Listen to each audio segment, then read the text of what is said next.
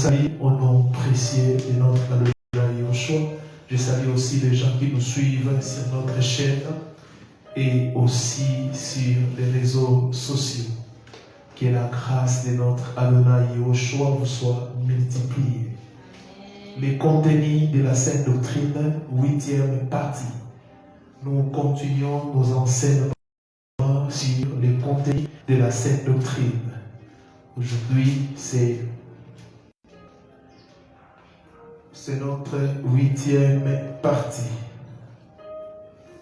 Pour avoir la totalité de la matière, vous pouvez télécharger nos vidéos sur le contenu de la Sainte Doctrine, le contenu de la Sainte Doctrine 1, 2, 3, 4, 5, 6, 7 sur notre chaîne gratuitement. Vous pouvez aussi les visualiser et pourquoi pas les partager pour bénir plusieurs enfants d'Élohim. Aujourd'hui, je ne vais pas rappeler ce que j'ai dit précédemment.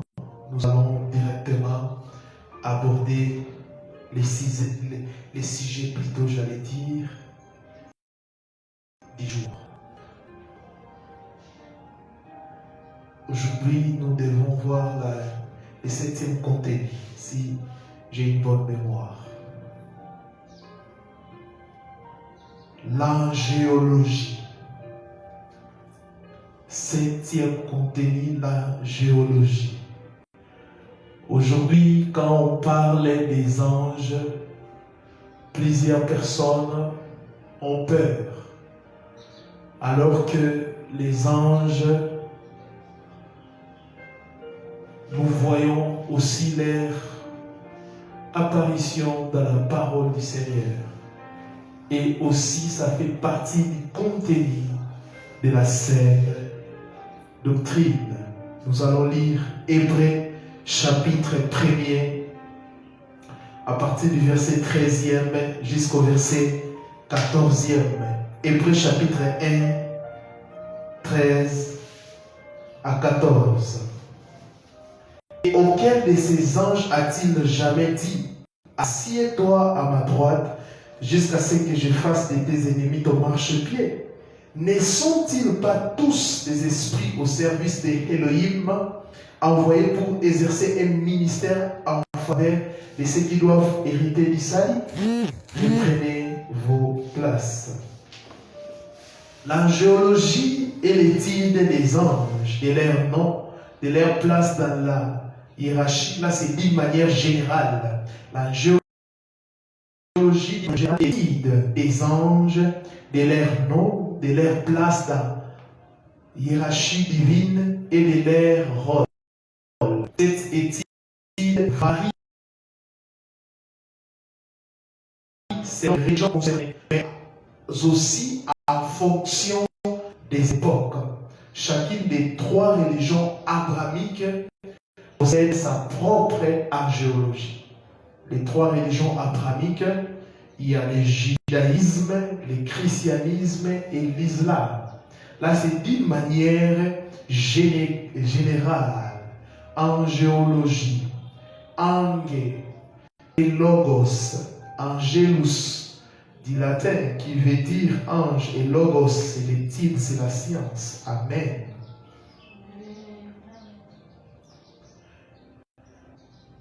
Les passages que nous venons de lire nous expliquent même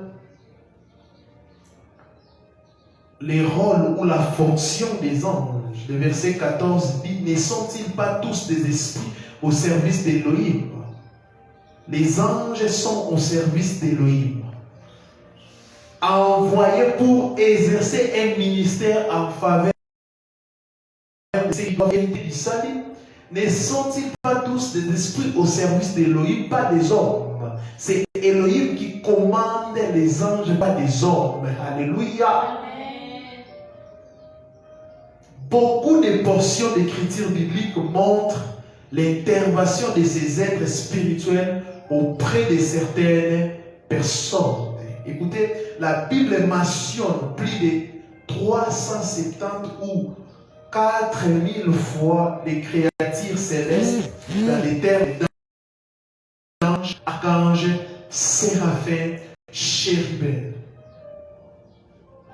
j'aimerais dire aux gens, nous programmons la sainte doctrine, mais il faut savoir que les anges existent réellement.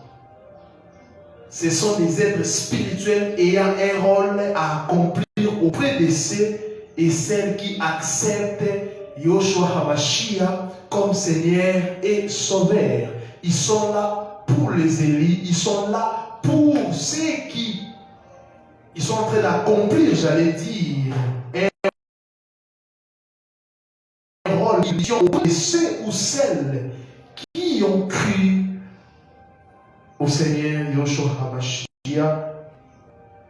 Dès l'instant où nous l'avons accepté comme tel, il y a comme un mystère qui se déclenche autour de nous. On ne prie pas pour que nous puissions recevoir une sécurité quelconque de la part des anges. Non.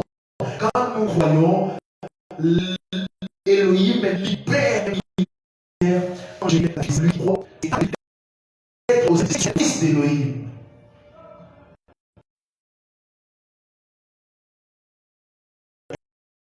Et sont dans les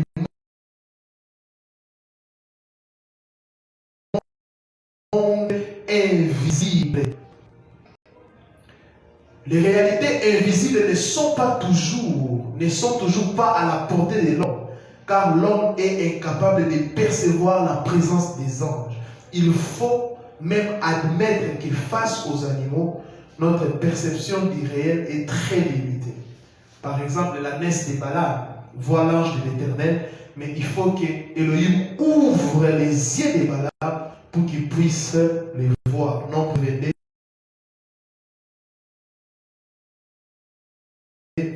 à toi.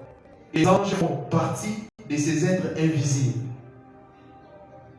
C'est la raison pour laquelle, depuis Genèse jusqu'à l'église primitive, en passant par Yehoshua, les gens avaient une grande conscience de l'existence des anges. Ce n'est pas parce que les gens sont en train d'évoquer les anges déchus ou d'utiliser mal les anges qu'on doit toucher. Parce que je vais parler de ça, de la Kabbale juive, comment ils font pour invoquer les anges. Mais pas en détail parce que nous sommes ici pour proclamer le Seigneur Yehoshua. Nous ne pouvons pas connaître les profondeurs de l'ennemi, mais quand nous allons parler de ça, c'est pour que nous puissions faire des actions, car il y a beaucoup d'égarements à ce sujet. Ce qui fait défaut à l'église d'aujourd'hui, caractérisée par une conscience quasiment inexistante ou insuffisante. Même si certains chrétiens ont cette conscience, elle est insuffisante. Plusieurs enfants d'Élohim n'ont pas cette conscience. Alléluia. Quand nous croyons au Seigneur, il déclenche un ministère angélique, mais on n'a pas conscience. Les anges opèrent, même à l'église, même dans ta vie, ils sont là pour t'épargner, pour t'aider, ils sont là, envoyés par Elohim, mais beaucoup n'ont plus cette conscience. C'est ce qui amène à des conceptions erronées sur eux et sur leur rôle. Alléluia. Et quelqu'un a dit, un théologien, oui, le monde invisible existe. À prendre conscience ne doit en aucun cas amener à un culte des anges, mais au contraire à une rencontre plus personnelle avec Elohim dans notre reconnaissance de sa puissance et de son amour.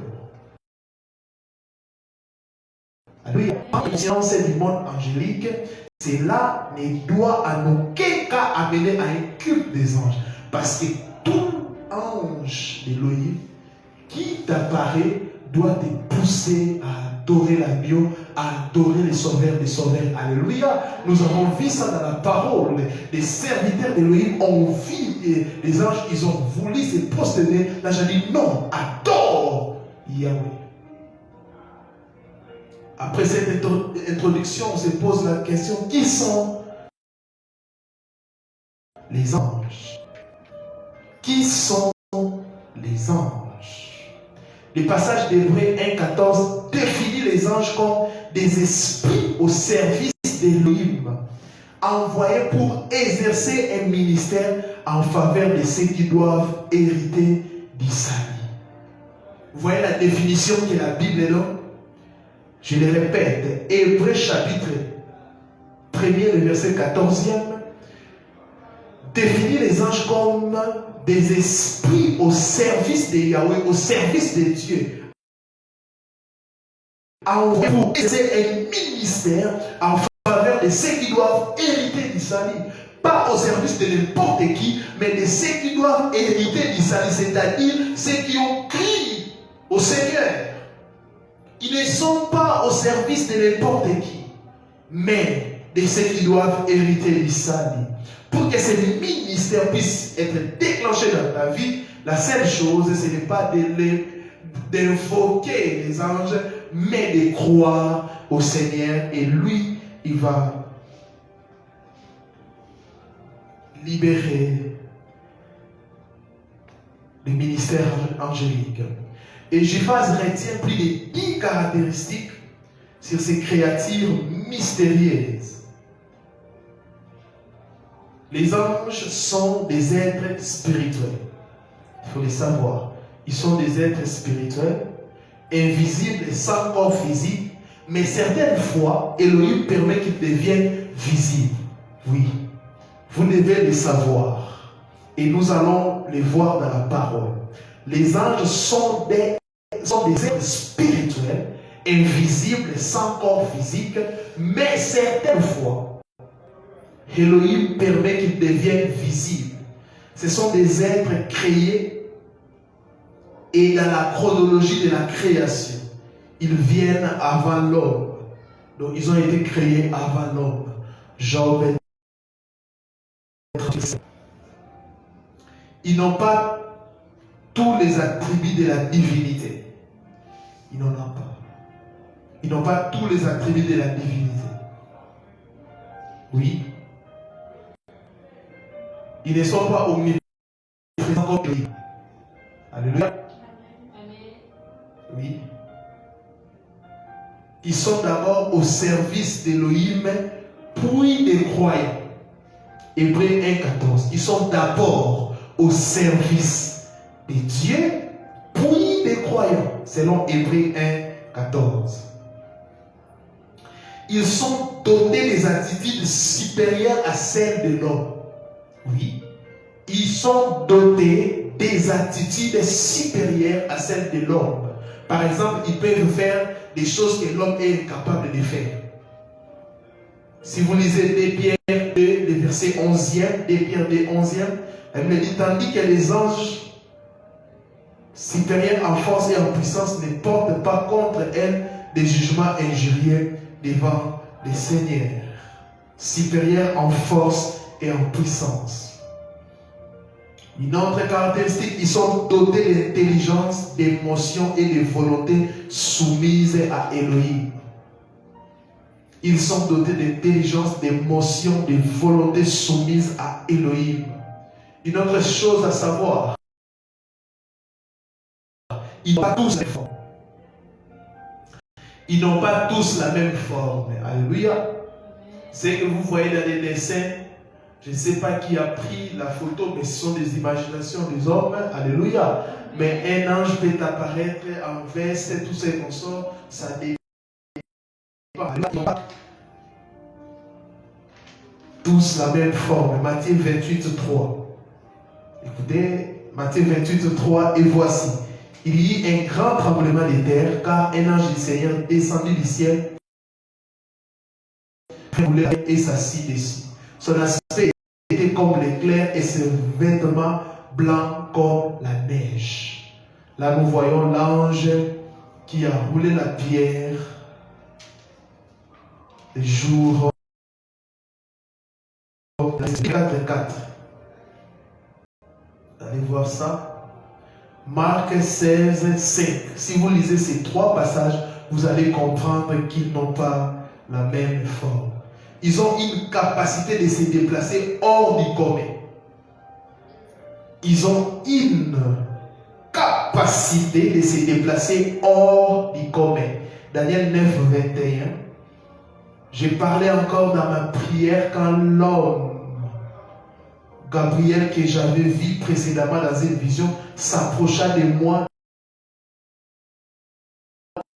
d'un vol rapide. D'un vol rapide. Ils ont une capacité de se déplacer hors du commun.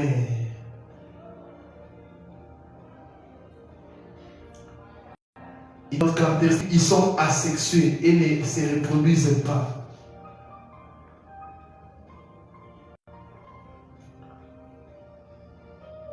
Ils sont asexués et ne se reproduisent pas. Matthieu 22, 30. Matthieu chapitre 22, verset 30. Car à la résurrection, les hommes ne prendront point des femmes ni les femmes de Marie, mais ils seront des anges d'Élohim dans les cieux. Vous voyez, un passage clair. Parce que d'autres personnes utilisent un passage qu'ils ne sont pas en train de comprendre. Là, c'est une autre chose que nous allons expliquer. Mais en lisant Matthieu 22, 20 et 30, la Bible dit, je le répète, car à la résurrection, les hommes ne prendront point de femmes, ni les femmes de Marie, mais ils seront comme des anges d'Élohim. En d'autres termes, les anges d'Élohim ne peuvent jamais prendre des femmes, ni des hommes. Ils ne peuvent pas. Ils sont asexués, ils ne peuvent pas se reproduire. Une autre chose, ils sont en nombre.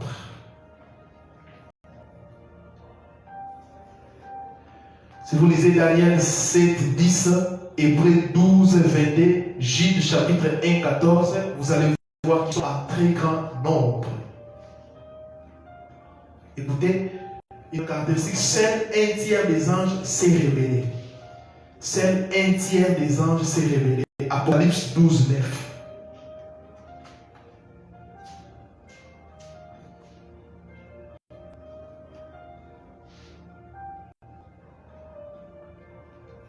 Ils n'ont pas la forme efféminée. Apocalypse 10. Vous pouvez lire aussi le verset 8e. Apocalypse 18, 21. Juge 13, 6. Apocalypse 10, D. Apocalypse 18, 21. Juge 13, 6. Ils sont différents par 3 choses. L'apparence, la nature et la fonction. L'apparence, la nature et la fonction.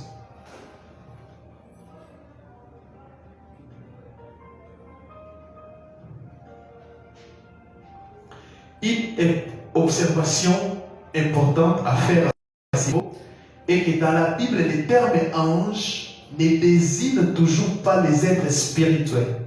Oui. Il désigne aussi et parfois les êtres physiques. Les passages d'Apocalypse 2 et 3, avec sa célèbre expression écrit à l'ange démontrent que les représentants des églises étaient aussi des messagers d'Élohim. En tant que tel, il assume les fonctions des anges. Quand vous lisez Apocalypse écrit à l'ange, ne pense pas que c'est Élohim qui est en train d'adresser des lettres aux anges. Non, alléluia. Ce sont des églises qui ont existé physiquement. Alléluia. Maintenant, parlons de l'organisation du monde des anges. Ici, il y a beaucoup d'hérésies, je vous dis.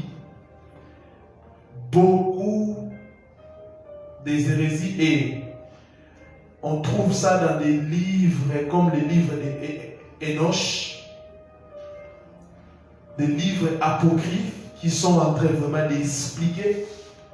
Mais j'aimerais vous dire une chose. La Bible n'a pas détaillé d'une manière précise. La Bible n'a pas donné l'orgamme des anges. Mais il y a une hiérarchie dans le monde invisible des anges. Il y a une hiérarchie dans le monde invisible des anges. Au-dessus de tout, il y a l'ange de l'Éternel. Celui-ci n'est pas à classer dans la hiérarchie des anges, car il est Elohim lui-même et la préfiguration de Yoshua Hamashiach qui devait venir.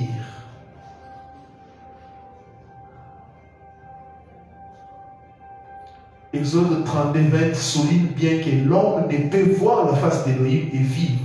Pourtant, plusieurs récits bibliques indiquent que certains hommes ont vu et parlé avec Elohim. C'est l'ange de l'Éternel qui était Elohim lui-même. C'est ainsi que Elohim dit en Nombre 12:8 que je me révèle à lui sans énigme et il voit la ressemblance de l'Éternel. Et c'est l'ange de l'Éternel qui parlait bouche à bouche à Moshe. L'ange de l'Éternel est aussi une préfiguration du Fils éternel de Elohim.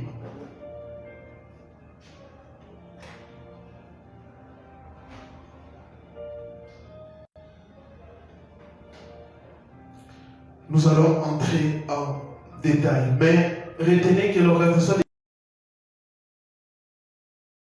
des anges commence par les archanges. Les préfixes arche signifient en hébreu chef ou principal.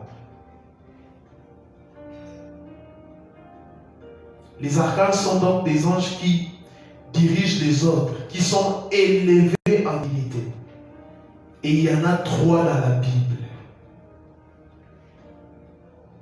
Il y en a 3 dans la Bible.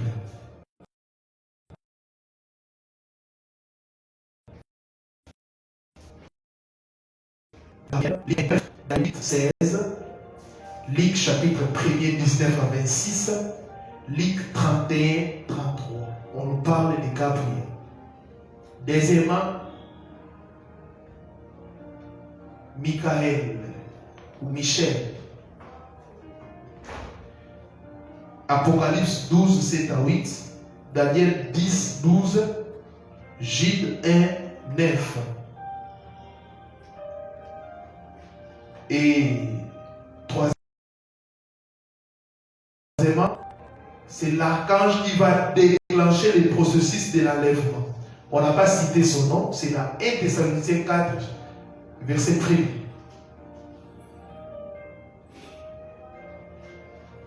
On n'a pas cité son nom. La Bible n'a pas nommé cet archange qui va déclencher le processus de l'enlèvement. Et comme la Bible n'a pas nommé ces anges, nous ne pouvons pas imaginer les choses ou créer un nom.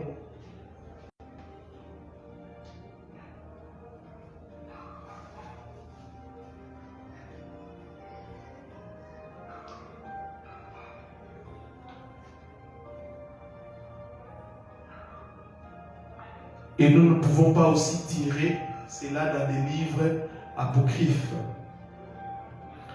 Après les archanges viennent les chérubins. Ils sont cités 66 fois dans la Bible. Donc c'est vraiment une réalité biblique. Ils sont cités 66 fois dans la Bible. Ils sont associés aux séraphins. La caractéristique commune est qu'ils ont tous des ailes. Les chérubins, ils ont tous des ailes. Et le mot chérubin veut dire celui qui prie ou qui communique. Ils sont connus pour 4 choses. Ils sont connus pour 4 choses. Premièrement, associés toujours au trône d'Élohim. Il faut signaler que les 4 êtres vivants sont des chérubins. Deuxièmement, ils sont gardiens et défenseurs de la sainteté d'Élohim. Vous voyez ça même dans les tabernacles, Genèse 3, 24. Ils sont gardiens et défenseurs de la sainteté d'Élohim.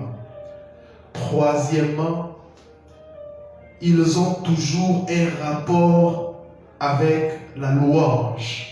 Ils ont toujours un rapport avec la louange. Apocalypse 4, verset 9. Apocalypse 4, 9. Et ils sont incorporés pour représenter les ornements de l'arche de l'alliance au tabernacle. Dans l'arche de l'alliance, nous voyons des chérubins. Exode 25, 17 à 22. Exode 26, 1 à 31. Et la Bible présente Lucifer, ex-Lucifer, l'ange déchu, comme un ex-chérubin. Écoutez, le diable était Lucifer, mais il était Lucifer. Lucifer, des mots latins, Lucifer, qui veut dire l'ange de la lumière, porteur de la lumière. Alléluia. Il était porteur de la lumière, mais il ne l'est plus. Amen. C'est un ex-Lucifer. Alléluia. Car il ne porte plus la lumière, mais les ténèbres. Il fit un ex-chérubin. Ézéchiel 28 le confirme. Les séraphins sont mentionnés 2 fois d'une manière claire dans la Bible. Ésaïe 6, 2 est le seul passage qui présente clairement les séraphins dans la Bible. Ils sont associés aux chérubins dont ils sont distincts par leur brillance. La différence, c'est dans leur brillance. Séraphin veut dire qui brille et qui cause des inflammations. Qui brille plutôt, et qui cause des inflammations. Leur ministère consiste à louer les qualités d'Élohim de manière constante. Louer les qualités d'Élohim d'une manière constante comme des chérubins. Ils sont proches d'Élohim, mais seulement ils sont au-dessus du trône et les chérubins sont à côté du trône. Comme des chérubins, ils sont proches d'Élohim, mais seulement ils sont au-dessus du trône et les chérubins à côté du trône. Ils ont 6 ailes, comme l'air présente Ésaïe 6, le verset 2. Ils ont 6 ailes, comme les présente Ésaïe 6. Enfin viennent les anges qui sont des êtres spirituels ayant des rôles. Les anges sont en contact direct avec les hommes. Leur rôle est de protéger les saints. Leur rôle est de protéger les saints. Acte 12, 16, Daniel 6, 22, Acte 5, 17. Si vous lisez ce passage, vous allez comprendre que leur rôle c'est de protéger les saints. Ils sont au service de ceux qui ont accepté Yoshua quand ils sont au bout et qu'ils ne savent que faire. Les anges interviennent surnaturellement. C'est d'une manière automatique. Et tu n'as pas même besoin de les appeler non. 1 Roi 19, 5 à 6, Luc 22, 43. Et ils sont aussi des messagers. Vous allez voir Gabriel qui a visité Marie, c'était pour apporter un message. Ils sont des messagers d'Élohim.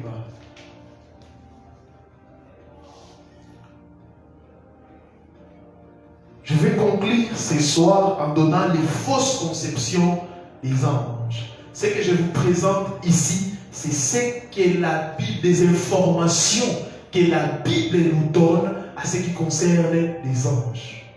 Mais comme je vous avais dit, dans le judaïsme et dans d'autres religions, de Kabbale juive, ils ont des ouvrages occultes où on enseigne l'organisation des anges. Tout ça, je ne vais pas ici les enseigner, car ça n'a pas un fondement biblique. Alléluia. Les fausses conceptions des anges. Le sujet des anges est à l'ordre du jour dans plusieurs débats dans l'Église. Ce n'est que normal dans la mesure où ce monde perd de plus en plus ses repères et la plupart des chrétiens sont à la recherche des prédications d'impact paranormal et des interventions surnaturelles. Vous allez voir aujourd'hui les thèmes comment activer son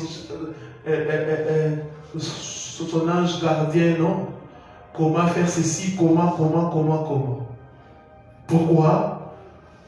1 Timothée même nous dit, au temps de la fin, les gens vont abandonner la sainte doctrine et ils vont s'attacher à des doctrines de l'ennemi. Cherchant des miracles, des surnaturels, des raccourcis inutiles. Dans ces contextes, quelques fausses conceptions au sujet des anges ont élu domicile dans l'Église. C'est vraiment malheureux. Nous pouvons retenir 3. Il y a plusieurs fausses conceptions, mais ici, nous retenons 3. La première consiste à l'adoration des anges. Les anges n'ont pas droit à l'adoration. Apocalypse 19:10. Apocalypse 19:10. Et j'ai tombé à ses pieds pour l'adorer, mais il me dit, garde-toi de les faire, je suis ton compagnon de service, et c'est lui de tes frères qui ont le témoignage de Yehoshua. Adore Dieu. Adore Elohim. L'ange a montré même à Jean qui voulait l'adorer. Il a dit non, garde-toi de les faire. Je suis ton compagnon de service. Je suis ton compagnon de service. Tu ne peux pas m'adorer. Et c'est lui de tes frères qui ont les témoignages de Yehoshua. Donc les anges nous accompagnent. Adore Yahweh. Là, c'est une parole de l'ange. Ces versets déjà peut nous convaincre. Là, l'ange ne même pas. Na boï, na baï, ne m'adore, pas je refuse.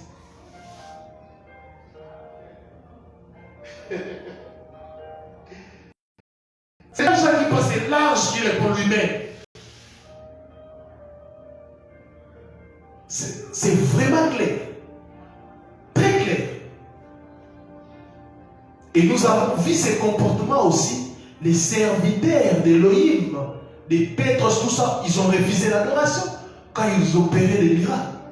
L'adoration est réservée uniquement à Elohim lui-même. Il est digne d'être adoré, Yoshua HaMashiach, il est digne d'être célébré. C'est lui, c'est à lui seul que nous devons notre adoration.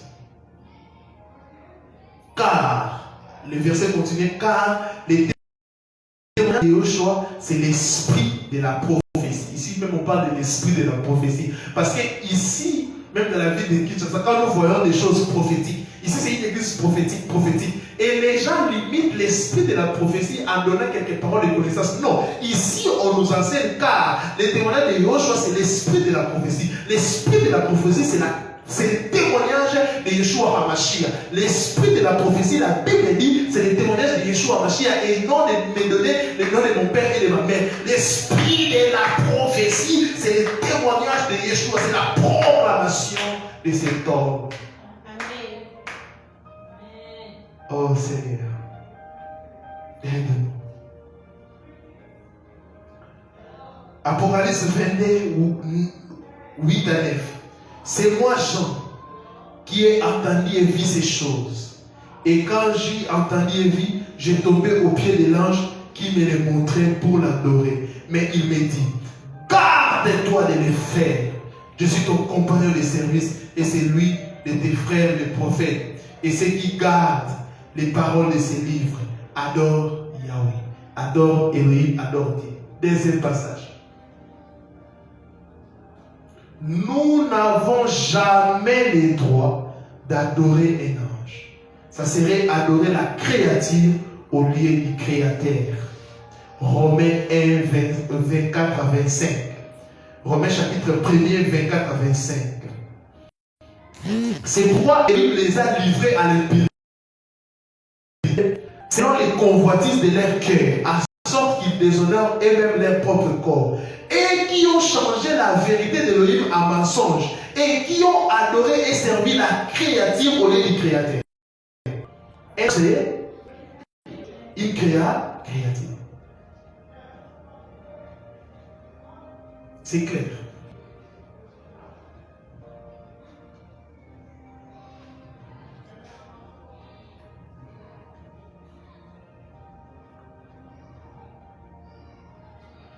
Nous ne prions pas les anges, nous ne devons pas nous engager dans un culte volontaire à leur égard. Colossiens 1, verset 23.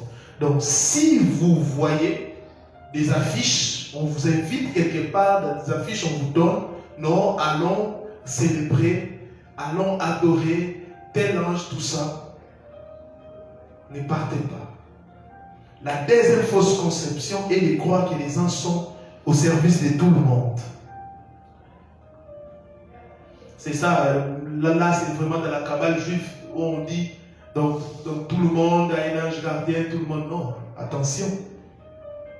La deuxième fausse confession est de croire que les anges sont au service de tout le monde. Les anges ne sont qu'au service d'une certaine catégorie de personnes, comme les mentionnait Apocalypse 19, 10. Apocalypse 19, 10. Et j'ai tombé à ses pieds pour l'adorer, mais il me dit, garde-toi de le faire, je suis ton compagnon de service. Et c'est lui et tes frères qui ont les témoignages de Yoshua. Donc, ils accompagnent seulement des gens qui ont les témoignages de notre Seigneur. La troisième fausse conception consiste à donner des ordres aux anges et les envoyer faire des choses. C'est comme si tu viens dans la maison, tu commences à commander ma bonne.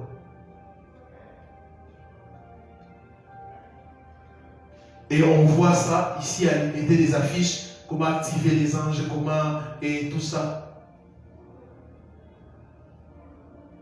Attention à la Kabbale. Attention au judaïsme. L'église actuelle est vraiment judaïsée. Les gens sont en train de prendre, parce que la Kabbale juive, les judaïsmes, ces gens-là disent que, hormis la Torah, qui est la tradition écrite, Yahweh a révélé des choses à Moshe, à Moïse, d'une manière orale. On appelle ça la tradition orale. C'est là où on puise toutes ces fausses doctrines. La troisième fausse conception consiste à donner des ordres aux anges et les envoyer faire des choses. Psaume 103, 20. Bénissez l'Éternel, vous ses anges, qui êtes puissants en force, qui exécutez ses ordres en obéissant à la voix de sa parole. Psaume 103, le verset 20, nous informe que les anges sont là pour exécuter les ordres de l'Éternel.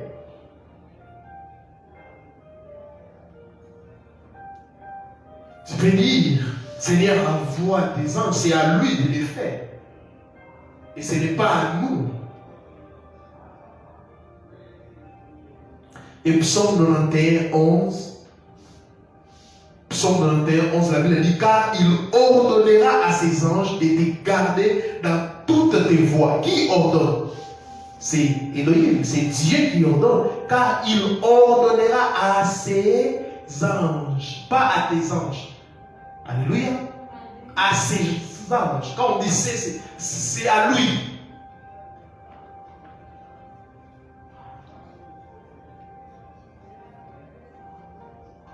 Psaume 91, 11 démontre qu'il n'exécute que les ordres d'Élohim. Les grands moyens pour actionner le ministère des anges dans nos vies, c'est la soumission à la crainte d'Élohim. Quand nous vivons dans la sainteté, quand nous craignons Elohim, il déclenche ces ministères angéliques. Pendant les services, ils sont là, envoyés par Elohim pour nous communiquer des choses, pour nous aider, pour nous protéger, pour nous donner des messages, pour nous révéler la pensée d'Élohim. Que le Seigneur vous garde et vous bénisse. Nous allons prier.